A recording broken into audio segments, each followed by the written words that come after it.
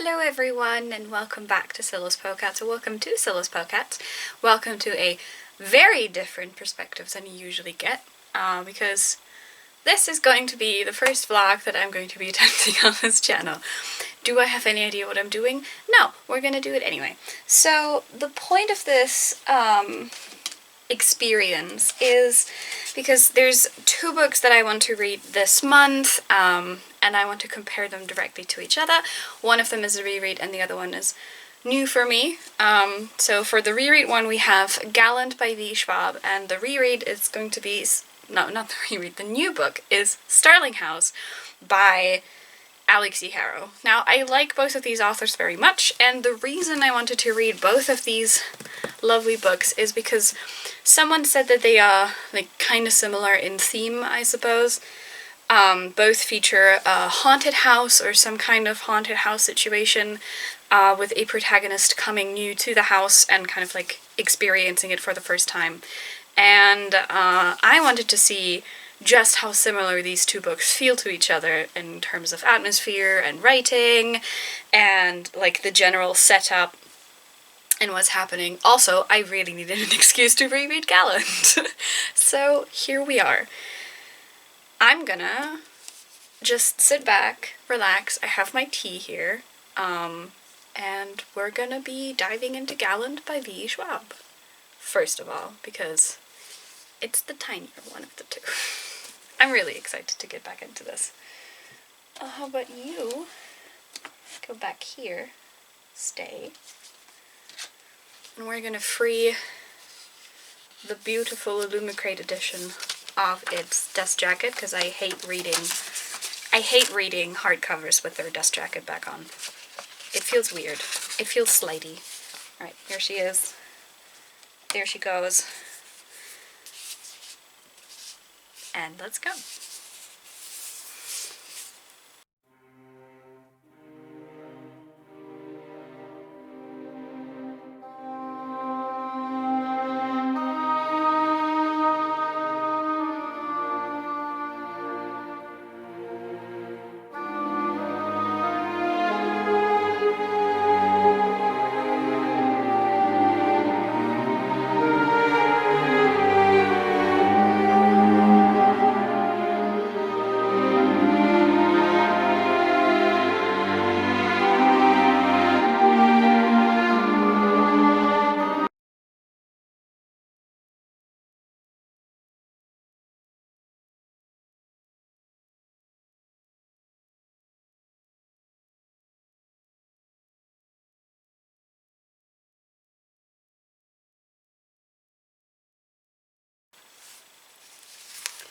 So I'm 2 chapters in, and as I said, I've already read this book, so like I know the plot, at least from what I remember, which probably not everything that happens in there, but like let's just ignore that for a second.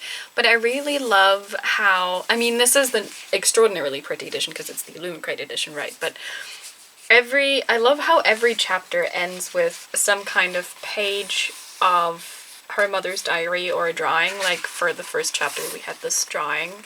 I just think it adds so much character to the book. It's the little things in life, you know? Sometimes it's the little things in life.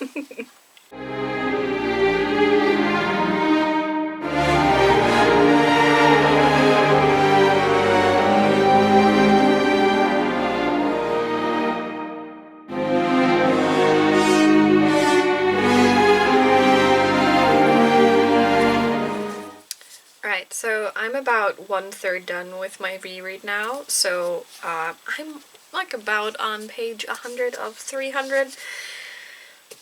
I am done with parts 1 and 2, which are just titled The School and the House, very mysterious, and again, you know, it's a reread, so I do know what's happening, but I love the way that V. Schwab builds the atmosphere in this. Like, you have her beautiful prose, the fact that we've been stuck with our main character, Olivia, who obviously doesn't really know what's happening in the house. She doesn't know what's going on. No one is talking to her because, you know, it's a big secret and no one's allowed to say anything about it because of course they're not. And all of that, but in V. Schwab's beautiful writing style, lends itself so well to the mystery that is Gallant, that is the house that that she's invited to, really. And I really love that about this book so much. I know that some people have some gripes with V. Schwab's writing style every once in a while, especially because they're like, it's so flowery, or some people will say that it's how to phrase this correctly.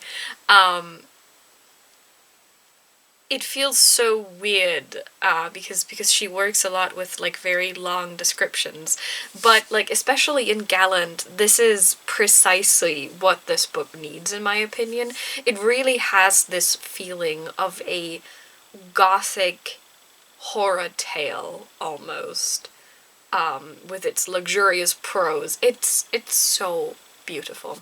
I do believe that Olivia is the youngest protagonist that V. Schwab has ever written for, which is interesting, because I find it interesting that she chose such a young protagonist to portray a book like this, because I don't think you could count any of her other books, apart from maybe The Near Witch, as horror, because V. Schwab usually writes fantasy, right? But not necessarily with horror aspects, which is what she definitely did with Gallant. And I find it so interesting that she chose a young protagonist to portray the horrors that are going to be unfolding. I will also add, if you're reading this because you're a horror fan, this is definitely more gothic horror than anything else. So like, there's no super creepy moments as of right now. It's about the atmosphere. The atmosphere is amazing, so if that's your thing, definitely pick this book up, or at least give it a chance. But it's not a quote-unquote normal horror, you know what I mean? I really love being back with this book, though. It's so pretty. I am not unbiased here. I love V. Schwab's writing style, and I think Gallant worked so incredibly well with it. So, yeah. We're gonna keep on reading, because we're having a good time right now. And I'll see you guys when I make some more progress.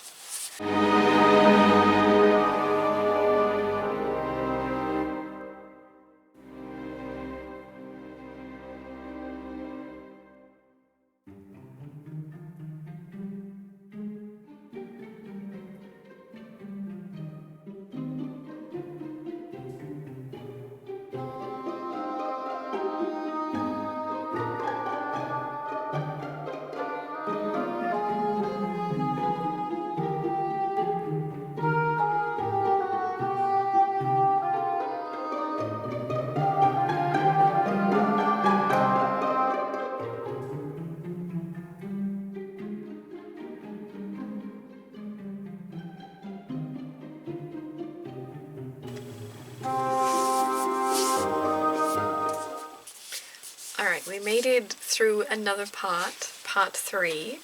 We're now a bit more than halfway through. I'm on page 175. And what I love so much about this book, apart from everything else, is the fact that while, yes, it is to a certain degree obviously a story to find out what is happening in Gallant, it's a story of what makes the house so special, it's a story about the garden wall and everything. By the way, I'm still trying to be as spoiler-free as possible, so these are just vibe checks, really. I will, however, probably get to spoiler thoughts once I'm done. Anyway, what I love so much about the book is that as much as it's a story about finding out what's going on in Gallant, what's going on in the house, it's a story about Olivia and her family, and Olivia finding out what it means to have a family, but also finding out what exactly happened with her family. And like, I do understand and agree that this is something that a lot of books similar to Gallant share. You have this mystery surrounding the main character, and once they get invited into a new place, into a new house, into a new home, into a new place of being, they start interrogating themselves and their own story, and maybe they also learn something about this. That's the entire point of books like these, right? But I really enjoy how much focus Gallant puts on that. Because it would be very easy for this book to be about the inherent horrors, the gothic horrors that are going on in Gallant. It would be very easy to make the book about the ghosts that Olivia sees, for example. But the way that V.E. Schwab treats that in the story is by having them be almost background noise, I want to say. They add to the story, and they add to the entire feeling you have when reading the story, and they add to Olivia's story. But at the end of the day, the important thing about Gallant and the important thing about this book is the family that Olivia never has that she's trying to find. The important thing is everything else surrounding her, really, and what she's trying to find out about herself. And especially the thing about the ghosts that she's seeing, that's not something that the book ever questions. It's just something that is, because Olivia has always lived with these ghosts that she's been able to see. So it's not the point of the book to interrogate as to why that is happening, because it's not important to the story that V. Schwab is trying to tell here. And I really like that distinction, because it makes it so obvious that that was the entire point of Gallant. And I love stories like these. I think they're fantastic. I do understand that some people find them boring because they think there's nothing really happening, and to a certain degree I understand where they're coming from, but I just love these slowly unwinding stories that are mostly honestly just about the characters themselves and what's happening to them and how they react to it, as opposed to something they're actively trying to find, or something they're actively trying to investigate. For example, what is happening with the ghosts? What is going on in Gallant? Why does the door have to remain closed at all times? Do we know? No. And of course the main character also doesn't really know. But that's not the core of what Gallant is, right? And I love that. I'm really, really excited to see if Starling House is similar to that. So, I guess we'll have to find out. Alright, so I made it a surprising amount into the book in just one day. One day I will learn to not underestimate my reading speed. Today is not that day, and today we're on page 225 of Gallant. Anyway, so I really love how in the last part that I read, the book, picked up its speed again. Again, I do want to reiterate, though, if you want to check this book out, it's slow, and that's the point. Just because there's some, slightly action-packed scenes, I even hesitate to call them that, doesn't mean that there's, a lot happening in this book specifically. And I love it that way. I am very much taken by the, haunting atmosphere that this has. And not just necessarily, or honestly not necessarily, in the way that there's monsters there, there's ghosts there and whatnot, but in the way that it's just sad, because Olivia is haunted by everything she doesn't know about her family, and the fact that so far she's never been in a place before that wanted her. That's also one of the key themes of this book, right, is that Olivia has never been at a place that welcomed her the way that she is. Which is sad. It's really sad, and this kind of, haunting sadness is all throughout the book, and that makes it so compelling to me. Because I love these kinds of stories. I think they're so beautiful in their sadness and in their hauntingness, and it's nice. So yeah, again, these are as mostly non-spoiler as I can make them, so I'm not going into details about the book. I might not read this tomorrow because I have work tomorrow and it's going to be slightly stressful, but I plan on finishing this once the weekend comes, and I'm gonna be picking up my beautiful Starling house shortly after that, because I do want to see if I can compare these two books to each other. But yes, so far this reread is going fantastically. I'm probably going to give this 5 stars again. I don't remember if there's anything happening at the end that would make me want to detract a star. So, yeah, there we go. I'll see you whenever I continue. Okay, so it's Sunday right now, and I just finished my Gallant reread.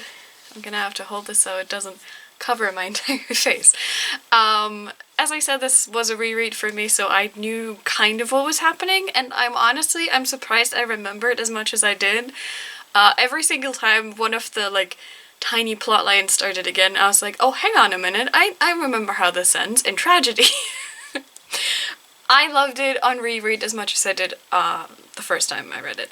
Honestly, the thing that I'm mostly in awe of is the fact that this is, like, honestly just 300 pages, and since the pages are very small and some of them have paintings, like drawings on them and stuff like that, and there's also, like, a lot of blank ones, it's probably less than 300 pages if we talk just about, you know, writing. The fact that this book is so small and so short, and yet, in my opinion, V. Schwab did a fantastic job at telling the story, is something I am so in awe of. I've said it multiple times at this point, and I think people might get sick of me at some point, but I admire people who write short fiction who know what they're doing, because short fiction, in my opinion, is incredibly hard to nail. Because you can't just cut the story short and, you know, think that people are going to be fine with it. That's not what's going to happen. You need to know what you're cutting out of the story in order for the story to still make sense and have the same emotional impact as a longer story can have, where you have more time to, for example, build up the characters or the stakes, etc., etc. And I think Gallant is such a great example of V. Schwab writing short fiction that just works, because what she set out to write was Olivia's story. The fact that Gallant plays such a big part of it, so, like, the entire, you know, idea of a haunted house, is important to the setting, but it's not so much about understanding the history of Gallant. It's not so much about developing... how to say this? It's not about developing characters, I want to say. Because that's not the point. The point is to show Olivia's story of finally having a place that she can call home. Which she does in the book, and it's heartbreaking because it's so... it feels so well earned within this relatively short story. V. Schwab's writing style is also fantastic for this kind of feeling she's trying to evoke in here, so I'm biased just because of that. I gave it 5 stars again. You know, I'm easy to please when it comes to Gallant. I'm sorry, but I really, really loved it. I'm very intrigued to see how... where is it?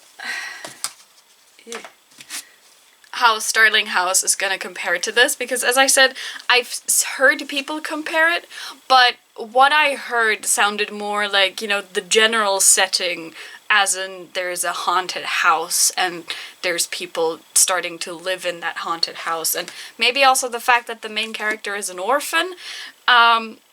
That's what I've heard the similarities be described between Starling House and Gallant, and that sounds more like a setting or the start of a story to me than anything else. And I'm really intrigued to see how Alex E. Harrow is going to handle it in a probably very different way. Or if I get to see just how many similarities these two books have. I'm probably gonna try and keep my most spoilered thoughts to the actual comparison at the end. So, yeah, suffice it to say, my Gallant reread was fantastic. I had a great time. This edition is still incredibly beautiful, and I love it very much. I'm very happy and honored to have it, honestly. And I will start Starling House probably tomorrow. Which, you know, doesn't really matter for you guys because you will be seeing this in one video, but nevertheless.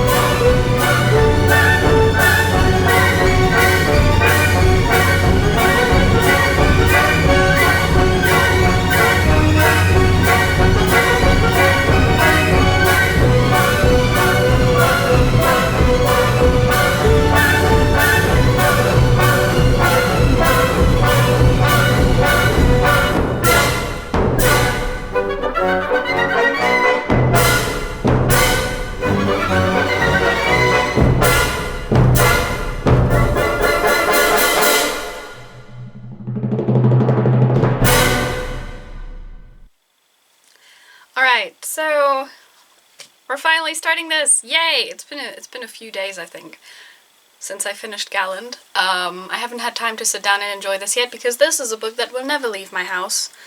Because it's the Illumicrate edition, and it's just never gonna happen. So, I need to read this when I'm at home. But today's the day, and I'm very excited to dive into this. So, let's go!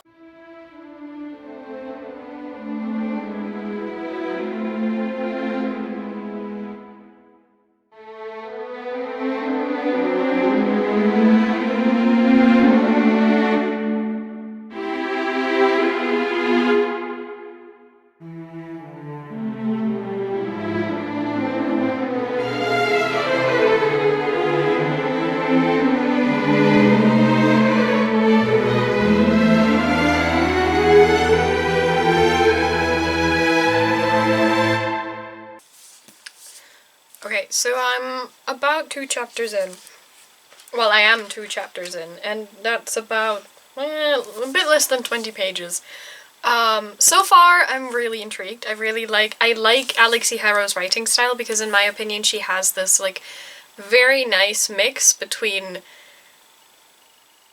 ethereal, mystical, the nice thing that I, appreciate when authors use it, especially when it comes to books that definitely veer more towards, like, the gothic and the mysterious, but also a modern writing style that is, first of all, easy to understand, but second of all, in this case, also very much needed for the setting because, and this is something I didn't know, Starling House is basically just set in Kentucky during a very specific time. We don't know the full time frame, but we know it's somewhere in the 2000s, and, like, probably to later than 2010 is my guess right now. Again, I didn't know that because I knew basically nothing about Starling House apart from the fact that there's probably a house, and it's probably called the Starling House. Genius. So yeah, I think Alexi Harrow's writing style works perfect for that kind of setting, so I'm really happy about that. There's also footnotes. I'm a big fan of footnotes. So far they seem to be adding, like, mostly historical context, but also they very much make it seem like this is a framed story, framed by something we don't yet know.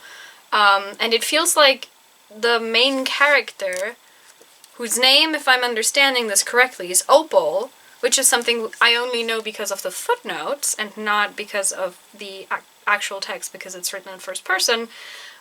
Maybe Opal wrote her story down and someone else is commenting on it. That's my guess so far. But I really like it, and it adds a dimension to the first person narrative that I really, really enjoy. Because I'm not the biggest fan of first person narration unless there's a reason for it, and apparently there is, and we're gonna find out about it. So far, like, I'm seeing kind of so far where people are coming from when they're, you know, comparing Starling House to Gallant. But I'm getting very, very different vibes from Starling House so far, which I'm really happy about, because again, I don't want this book to be a carbon copy of Gallant, which it definitely isn't so far. Like, you know, we have a house, and we have a main character who is a woman or a girl, you know, in Gallant's case, definitely a girl. And the house wants something, probably-ish, along those lines. And there's also an heir to the house who seems very, very lonely, and who is basically in the house the entire time, and we don't really know a lot about them because they're very mysterious. So, you know, that the bare bones are there, but Starling House so far is completely different to me. And I'm very intrigued to see how this continues, especially the relationship between the two characters. So, in this case, Opal, and I think his name is Arthur, and in Gallant, Matthew, and I'm blanking on her name right now. It's fine. We'll figure it out again once I have more brain space. But for now, I'm gonna continue for a bit, and then we'll see what happens.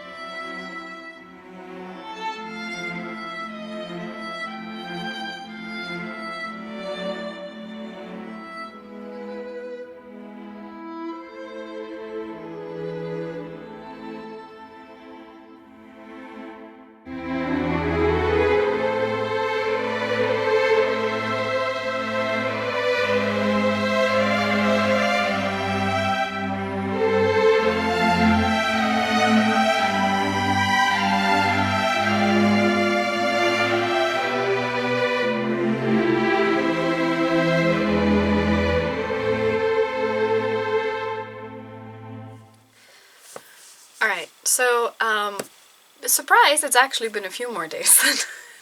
I am very good at being consistent in my promises, but I am somewhat on the home stretch now. You can't really see it.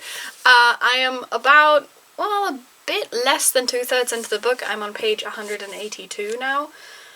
And I'm really enjoying it. I've said this before, I love Alexi Harrow's writing style, but particularly in this, it feels like she found the perfect mix to write this book specifically. I'm enjoying the writing style because it combines this modern feeling, because this is a modern tale in a way, right? Like, we're definitely past the 2010s. But there's also this almost magical aspect to it, which I'm really liking.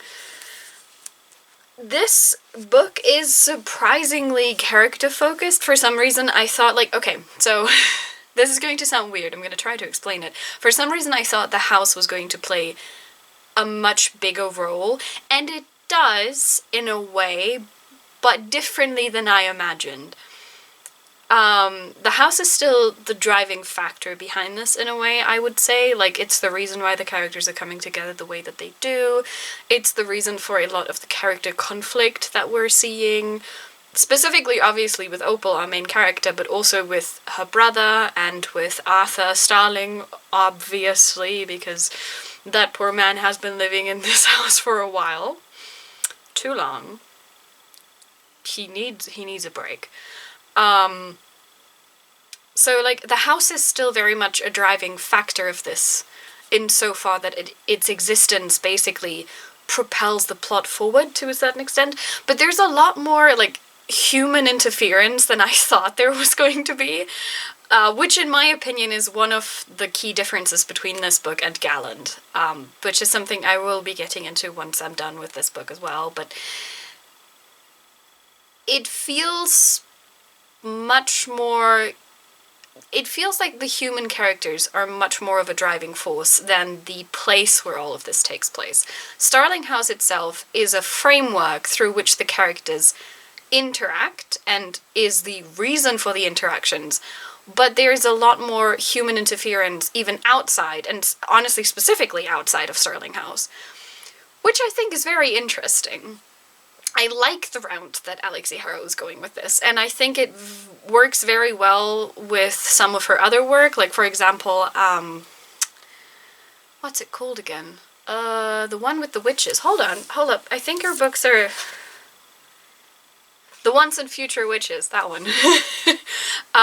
Because while it does talk, like even this book does talk about magic and like the supernatural, I suppose, there's this focus and this emphasis on human interactions and how humans themselves make or break the story in a way. And I mean, obviously Gallant, for example, definitely relies on its human characters interacting with each other. It wouldn't be the same book if it weren't for Olivia, for example. Of course it wouldn't be, because, you know, she's the main character. But it has a very different way of initiating action, in my opinion, than Starling House does. Which, again, I really like. I don't want these books to be carbon copies of each other, but still, it's very interesting to see. So, I want to finish this book today, because then I can realistically release this vlog on the weekend, question mark. But yeah, I'm really enjoying it so far. I'm very excited to see where exactly it's going, because, you know, it feels like we're slowly escalating to a specific point that might or might not be painful. And I'm really hoping that at the end of the day the book reveals kind of like who is writing the footnotes and why the book is made the way that it is. It could be written from Opal's, like it could be something that Opal has written and combined. I'm not sure though. I think one of the footnotes said something along the lines of like, the warden of Starling House let me, so the person writing the footnotes, into the house, which would suggest it's not Opal, because she has been inside the house for a while now, because, you know, she's been working for Arthur. So, yeah, I really hope that they do something with that, particularly because it would be such a waste of time and a waste of a framing device if they didn't explain it any further, because I'm enjoying it, but every framing device, but specifically framing devices this obvious, need a reason behind them. Especially because Opal's narration is still first-person perspective, and I would like to know as to why that is. Is it because the person using the footnotes had access to her diaries? Is it because she told that story to someone else who's writing it? There is a character in there who is writing, I think, a master's thesis on the place that we're currently in, so maybe that's the person compiling everything? I don't know. We don't know, and I really hope the book explains that, or at least gives more clear hints to its purpose, because otherwise it feels a bit of a wasted framing device when it comes to narration.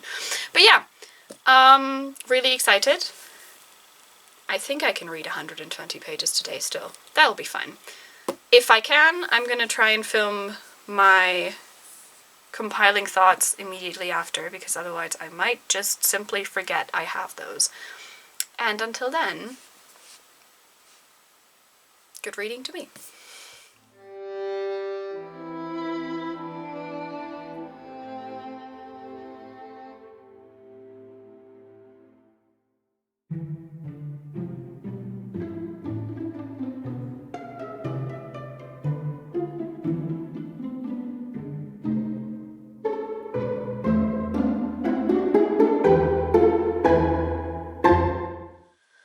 Alright, I've actually made it.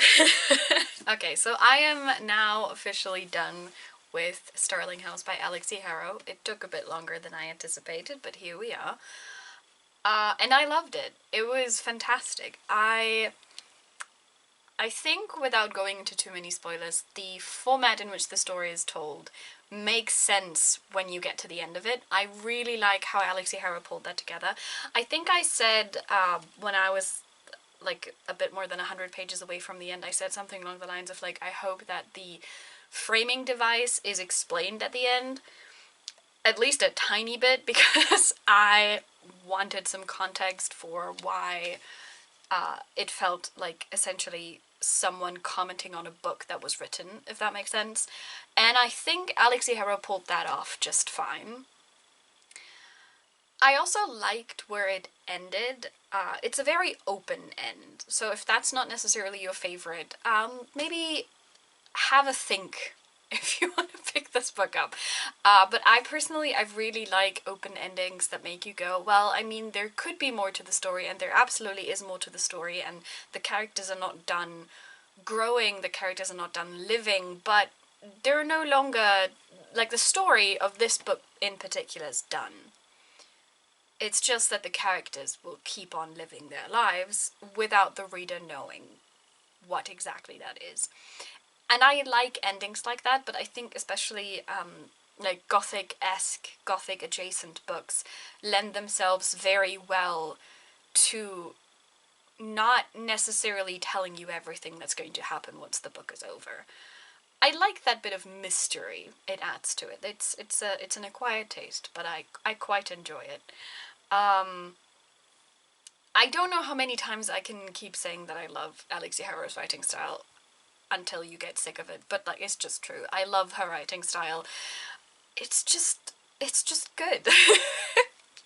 One thing I also love about this book, I'm not sure if I can find an example just yet, but there's different, there's not just the footnotes that make this book a bit special, quote unquote, but there's also different stories, and in one case even a Wikipedia article included in the book. And the very subtle thing that I really loved about this book, which again pulled it together for me, is that those instances, like those little stories being told, the Wikipedia article, I think there's also like texts in between, because Opal keeps texting people on her phone and people keep texting her back. All of these instances have different fonts than the original font the book is set in. And it's a very, very small detail, and it just, it gives it this subtle depth to it that I quite enjoyed. There's also a bibliography at the end of it. The bibliography is fictional, but as someone who recently had to compile a bibliography of all the sources she had for her BA thesis, it was very well done. Let's just say that. It makes the entire thing seem a lot more real, if that makes sense. And that's a really big thing that I love. So, yes, I'm also giving Starling House 5 stars. I don't care, actually. It hit the spot for me exactly as I wanted it to, even though I had no idea what I was going to get into, because I think I said this before as well, but I went into Starling House not really knowing anything about the book, and not really knowing what was going to happen or what wasn't going to happen, and so everything was a surprise, essentially, apart from the fact that I knew there was a house called Starling House. So that's great. I love going into books like that and then having them hit that sweet spot. So now that I'm done with Starling House and I know what the deal is with it, comparison time.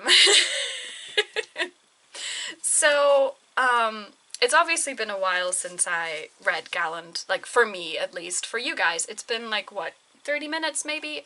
For me, it's been a bit more than that. But nevertheless, we're gonna dive right into it.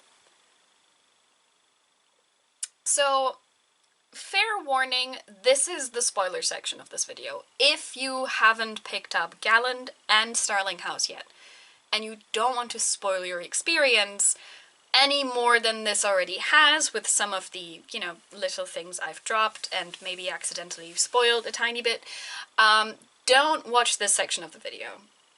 Because I feel like in order to compare these two books, I do have to talk about some very spoiler-heavy aspects of them, because there's no way I can make a comparison by remaining as vague as I've tried to be throughout this entire video. So, again, if you don't want to get spoiled, please I'll see you in my next video, essentially. I do hope that you enjoy the books, and if you do, feel free to come back here.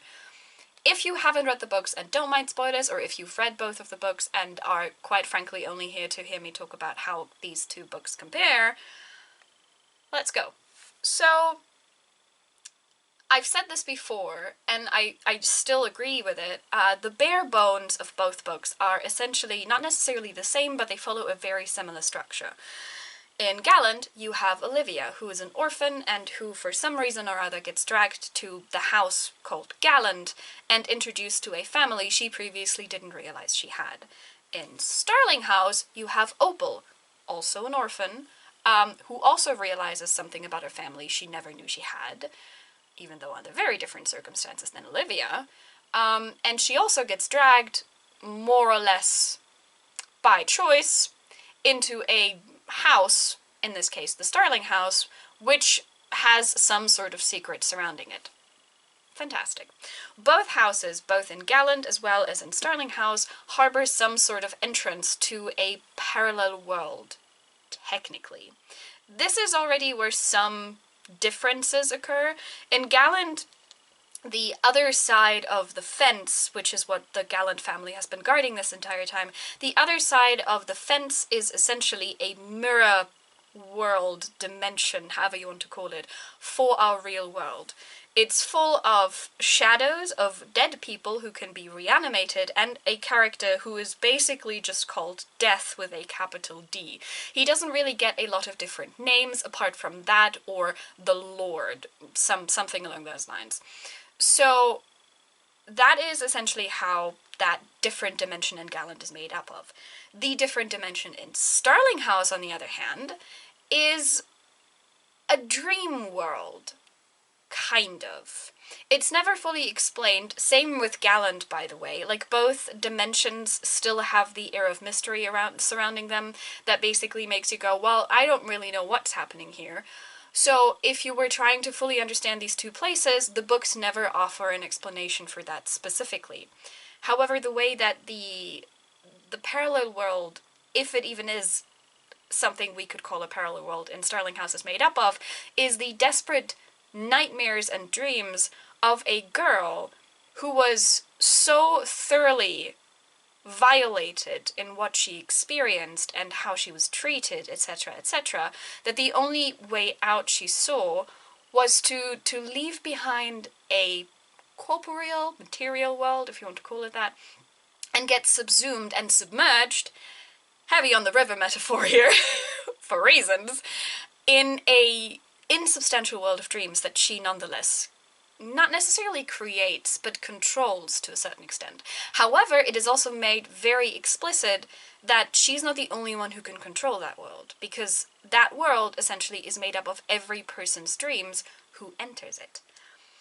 There is also an aspect of the second dimension, parallel dimension, whatever you want to call it, in Gallant being controlled, or someone being able to control it who isn't that mysterious, deathly figure, which is Olivia, but the reason for that is because Olivia is halfway from that world as well. So it has much more to do with heritage, whereas Starling House goes into the whole, you have your own dreams and you have your own nightmares and whatnot aspect of it.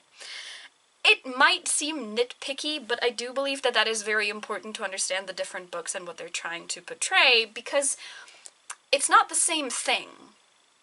Not really, and the understanding of that is what shapes these two books and what shapes these two stories very differently. Now, we're still technically at the similarities, I just got carried away a tiny bit. In both books, both in Gallant as well as in Starling House, we have a kind of last stand / battle scene towards the end of the book. Both books pick up pace towards the end of the book, towards the last maybe roughly 100 pages, give or take. In Gallant, it's because Olivia is trying to rescue Matthew's older brother from the other world because she saw him there and she believes he's still alive. In Starling House, it's essentially, well, kind of a last stand against this other dimension, against the beasts rising from it, and it essentially involves the entire house, and not just necessarily, not the house, the entire city that we're in, and not just technically the inhabitants of Gallant, which is more or less the case in here. Even though Gallant does hint at the fact that, you know, if death is let free, is let into this dimension, this world, he will wreak havoc everywhere he goes. So obviously this is also not a thing you want. Both books also end with some sort of sacrifice, to a certain extent, and a somewhat, maybe slightly subdued, but nonetheless the happiest ending you could imagine for all of the characters involved. Would it be in Gallant, it is the fact that Matthew dies and he finally finds his peace, while Olivia is able to stay in Gallant and finally have a place she can call home, whereas in Starling House it is the fact that Eleanor is being put to rest finally, which does mirror Matthew's fate in a way, but you would think that the people mirroring each other would be Matthew and Arthur, which is not necessarily true. While Opal does find a home, aka people she can call family, people she can call friends, people who love her, with whom she can stay, while she keeps her promise that she gave Eleanor of telling Eleanor's true story and telling the Starling House's true story in a way.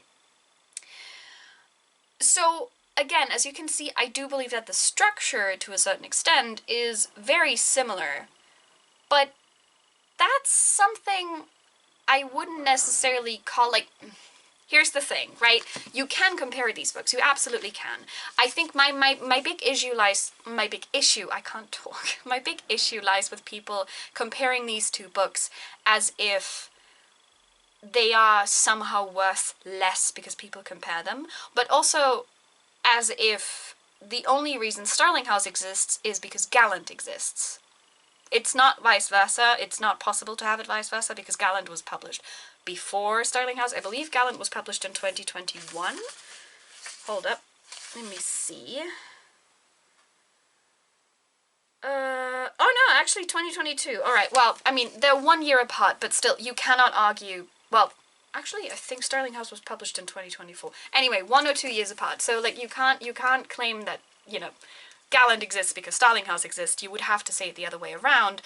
But my issue in saying that lies within the fact that while they do follow a certain structure, it is a very common structure, right? You have the orphan character, or in, you know, both cases, both with Olivia and Opal, you have the character who is unmoored from society in some way or another. For Olivia, it's because she's an orphan, but also because she doesn't talk, because she is, for all intents and purposes, mute. This is just something that she's lived with all her life. So people exclude her from conversations by nature of not knowing sign language, which basically every single character in this book, except for one character in Gallant, doesn't. That's why Olivia is ostracized from society in a way. Opal, on the other hand, is ostracized from society because she's an orphan, because she has approximately 3 people she converses with on the regular before she meets Arthur, who becomes the 4th person in a way. And because it is shown more often than not that the town doesn't really care about people, but it specifically doesn't care about people who kind of don't fit into the society that this town has created. You know, good Christian people going to church every Sunday, which is not something that Opal does. So, a story like this starts with an ostracized character finding a place they might be able to call home in some way or another. The whole aspect of magical houses or houses being doorways into another dimension is also not something that is exclusive to these books, these 2 books specifically, as well as with the whole last stand of something, the one dimension trying to overtake the other, or one person in particular being the driving force between one dimension and the other, and then trying to make them collide in some way, make them collapse into each other, whichever it is. This is not an uncommon theme to any story, and I dislike comparing these two in such a negative way. I don't dislike comparing them. I'm actually quite enjoying having to think about what you know, these books might have in common, what they might not have in common, and how I would interpret them personally. and how other people would interpret that in turn. I don't mind doing that, but my problem lies in being ungenerous and claiming that the only reason Starling House exists the way it does is because Gallant did it first. It's not necessarily how it works, especially because, as I said, I do think that there are very, very fundamental differences between these two stories and why they are told the way that they are. And I'm gonna try to get into this as concisely as possible. Will it happen? Probably not. You're gonna enjoy this anyway. This thing is going to be like an hour long. I'm so sorry. Alright, let's get into it. So, I think the fundamental thing about Gallant is a girl realizing she doesn't fully belong in two worlds, and nonetheless finding a home that is on the threshold of both. So as I said, Olivia is partially from that dimension that I've mentioned, aka the dimension that Gallant and the wall and the family is guarding. And what was I trying to say? Oh yeah, I keep calling them the Gallant family. They're the Prior family. Anyway. Oops, my mistake. Moving on. So, Olivia is partially from this other dimension that the Prior family has been guarding all these years because her father is one of the shadows that this master of the house in the other dimension has created. That shadow ran away with Olivia's mother at some point. This is how Olivia got to be. This is also, at least the book implies that, the reason why she doesn't talk, because, you know, shadows don't talk, not the way that humans would. So this is the reason why she doesn't use her voice when talking. She rather uses her fingers and her drawings, which is something her father also did. So she is ostracized from society in a way that is both very real, because, you know, the ostracization of people who don't converse quote-unquote normally, aka with their voice, is very rampant even today, and it's very, very sad that it is that way, and it's very disappointing. And also the fact that she doesn't think she has any family members left. So she doesn't even have the claim of blood, you know, of relationships that go beyond friendship, which she seems to be unable to make in the home that she's provided with, which should be called a home in quotation marks, really. And the way Gallant ends is by Olivia both claiming her name, the Prior family name, as well as claiming a home, which is the Gallant house, which conveniently sits at the threshold between our dimension and the other dimension, which she both belongs to in a way, because her mother was Grace Prior, and her father was a nameless shadow from the other side of the dimension. Hole, wall, whatever you want to call it. So that is a fundamental thing that Gallant has underneath its story building and underneath its magic. It's the story about a young girl, because she's very young. I don't believe she's 15, actually. Like, Opal is older than she is. Opal is 27. Starling House is an adult novel in that regard as well. But Gallant is about a young girl who finds a place where she belongs because it is a place that fundamentally doesn't fully belong in our world. That's also the reason why, like, the mirror thing is so important to Gallant, and not necessarily as important to Starling House, because that's not the point of Starling House. And beyond the fact that this is about a young girl finally finding a place where she belongs, as someone who fundamentally doesn't belong in just one place, it's also a fairy tale. And I mean that in the way that Gallant as a story feels very much removed from reality. And I mean, yes, of course you're going to say, well, it's a fantasy book, of course it feels disconnected from reality. Untrue. Untrue. I've actually written a paper about this once, and I keep wanting to do more about this, but realism and fantasy is not necessarily two sides of, like, a distinctly different coin. They belong together. The reason fantasy books work for people, or one of the reasons they work for people, is to a certain degree they do include aspects of realism, even if we're not exactly aware of them. Gallant feels a lot more removed from our world than Starling House does to me. Because Gallant there are place names, yes. Like, for example, the fact that, you know, her home that she's currently living in, Gallant, is named. She also undergoes a long way of traveling via car, so we know that cars exist, we know that phones exist. It is somewhat situated in a quote-unquote realistic depiction of our world, but that is not the important part. The important part about Gallant is the house itself, the second dimension, and how Olivia travels between the two and what happens between the two. And so, because of its removal from any sort of real places I could potentially look up, or I could potentially visit if I had the money, because, you know, this still feels like it's set in America, which I don't have the money to travel to at the moment. Because of this removal, Gallant feels a lot more fairy tale-esque. Because it's not real. And not just necessarily in the sense that there's magic and there's talking shadows. Well, not talking, but like gesticulating shadows. And because there's blood that seals a doorway. It's because Gallant never gives you anything real to hold on to. Because it doesn't want to. Because what Gallant fundamentally wants is it wants to tell a fantastical story. And this is something that V. Schwab, in my opinion, does a lot of the times. I mean, most of the books I've read by her are also not set in our real world anyway, but a lot of the stories that I've read by her so far, even the ones that are to a certain degree set in a world that could be our own, are removed from the mundane reality of living in that world. The important thing about her stories is the magic. It is the otherworldliness of whatever it is that we're encountering. And that is what's happening with Gallant. And, I mean, it's very pronounced with Gallant as well, because there's also lots of longer stretches of time that Olivia spends in this other dimension. But even just going into Gallant House changes the real perspective you could potentially have of the world that Olivia is living in. Because Gallant House fundamentally doesn't exist.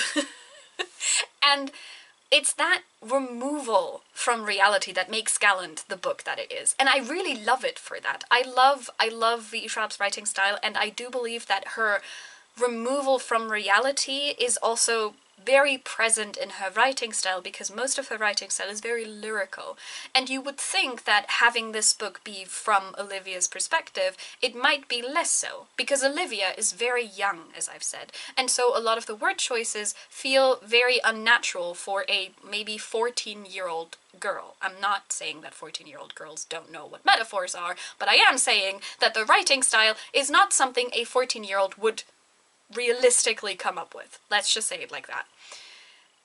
But that's a choice, right? It's a very clear choice, and it works. It's also, in my opinion, the reason why the story works so well in a third-person perspective, because we have a somewhat distanced view on the character named Olivia. Of course, we know all of her inner thoughts and feelings. It's not necessarily about that. It's the fact that we are not supposed to be completely in her head.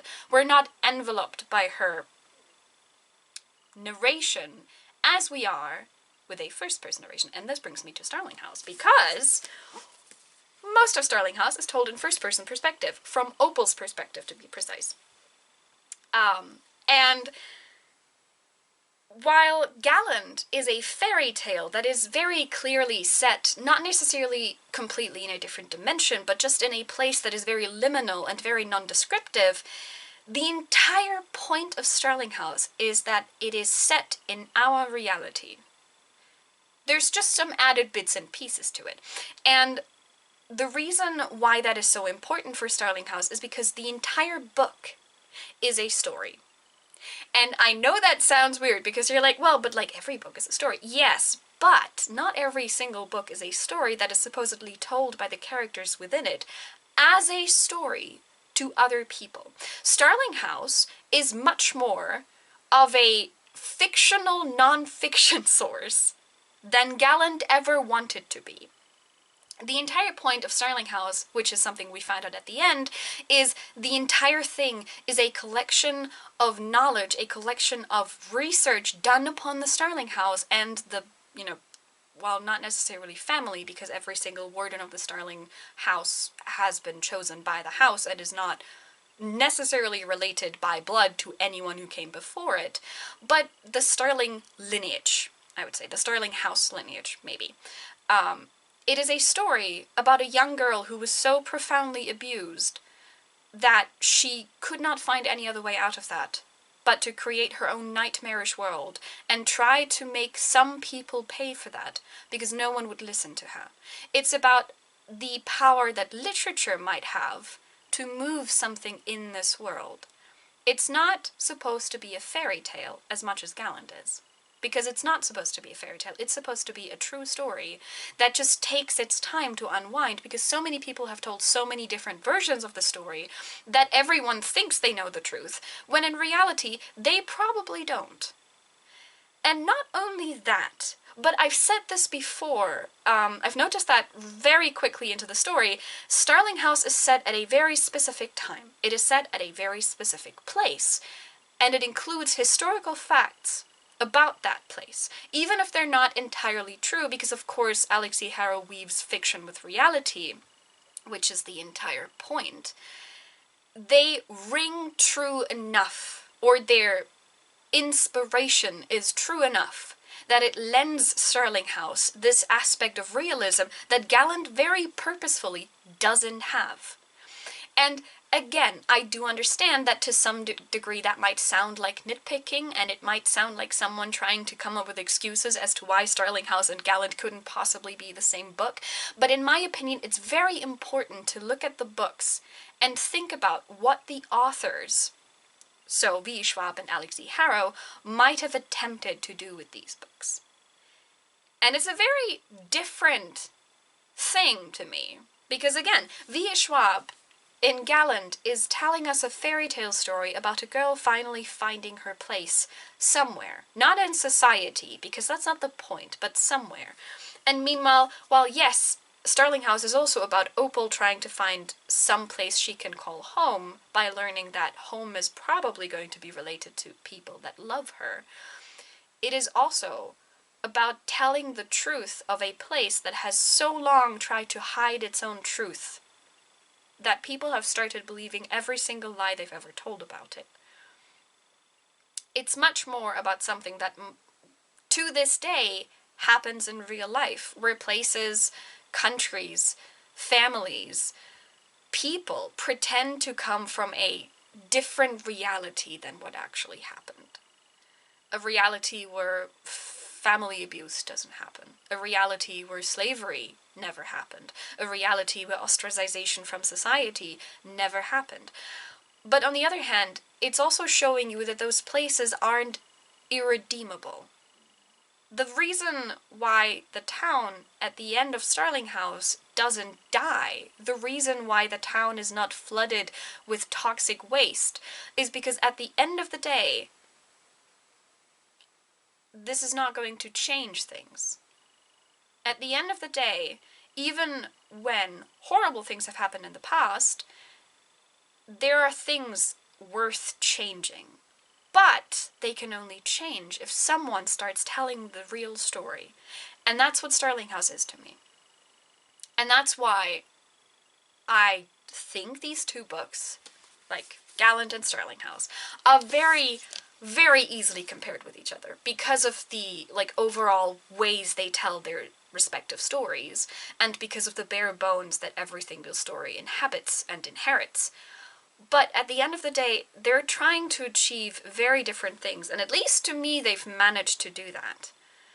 There's not one way I prefer. I love Gallant for its magic and the way that it is so removed from reality, and I adore V. E. Schwab's writing style. And I love Starling House for the very realistic pain that it never tries to shy away from, and the very realistic pain of finally telling a true story as much as you're able to. And so, I mean, I had a fantastic time with these two books, in case you couldn't tell.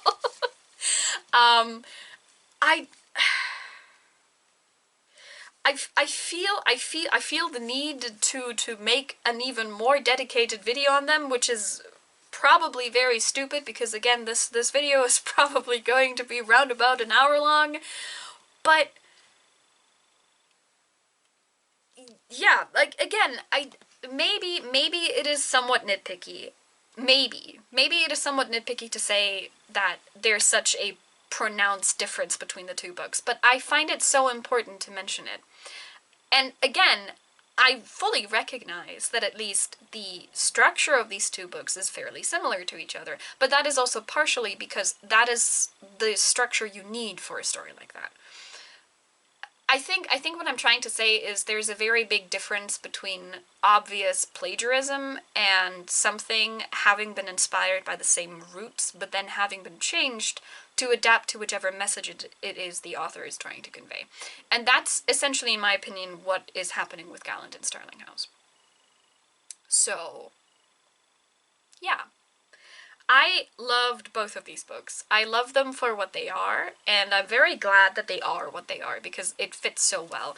Especially, as I said, with Starling House and Alex E. Harrow's writing style. It is different from V. Schwab's, and it fits the story very well, because the story is not just trying to be it is not trying to be a whimsical, horrifying, fantastical fairy tale, but it is trying to be a story very much grounded in reality, which only makes sense if the character lending her voice to it is a character who speaks the way some people in this world might speak, at least to a certain degree.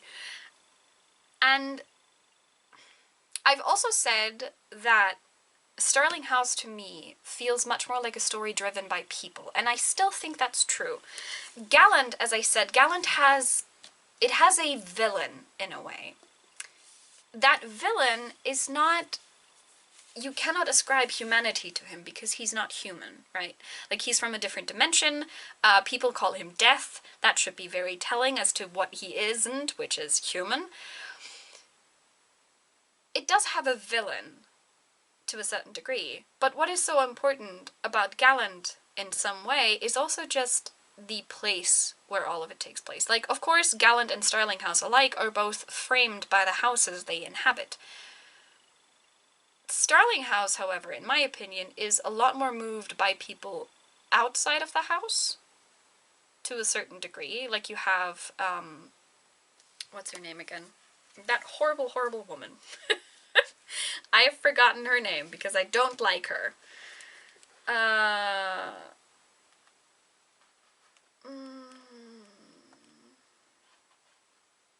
Elizabeth Bain. There we are. It is driven by Elizabeth Bain. It is driven by the people who did these horrible things to Eleanor. That, we later find out they did.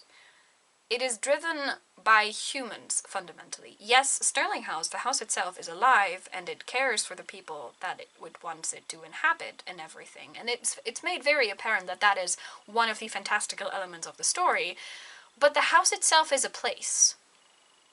And so is the town. But they are catalysts to the human issues that happen in this place. Whereas Gallant is very much a story about one family being essentially doomed to gatekeepers to another dimension that might or might not completely eradicate our dimension if they were ever to truly mix.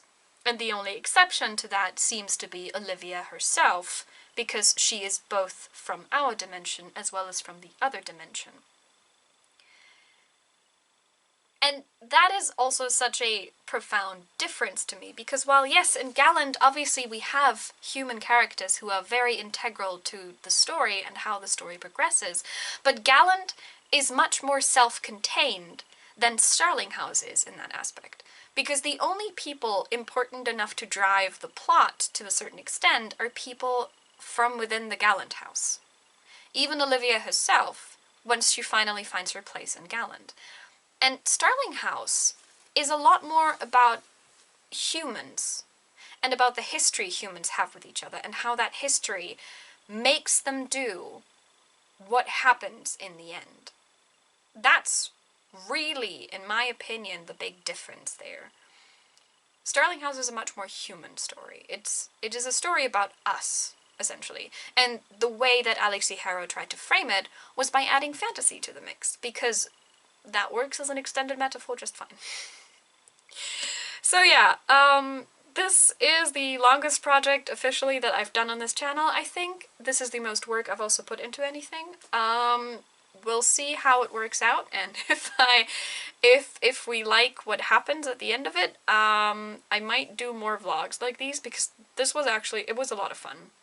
I really enjoyed reading these books and trying to compare them and trying to see what the differences might be and how I would try to say them out loud, because I sometimes have this thing where I read something and I instinctively grasp what I'm trying to say, and then I try to put it into words and it doesn't work, so that's always great. But yeah, that was my vlog about Gallant and Starling House. You are free to disagree with me in the comments when it comes to this final comparison. I'm probably not going to change my mind, but I'm very willing to engage with that, because I think comparing literature is always very interesting, and coming at it from very different points of views can also be a lot of fun when you start talking about this. So feel free to leave your opinion about these two books and how they compare to each other in the comments down below. Feel free to tell me how you perceived the books and what you perceived them to want at the end of the day. So yeah, this was the vlog about Gallant and Starling House. I had a lot of fun with these two books. I personally highly recommend them. And as always, I hope that you are having a nice reading experience too, and that you continue having a nice reading experience. And I will see you soon.